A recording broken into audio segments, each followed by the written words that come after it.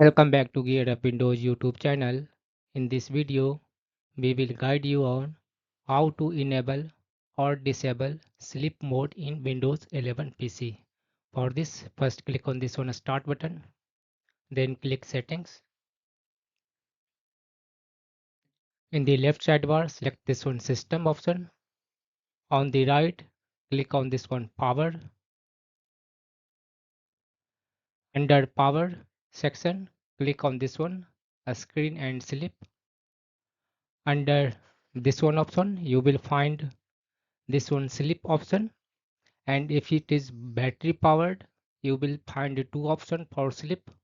Click on the drop down menu and to disable sleep feature select this one never option. This will disable sleep mode on Windows 11 PC, and you want to enable this one, choose any another value than this one never option such as 5 minutes,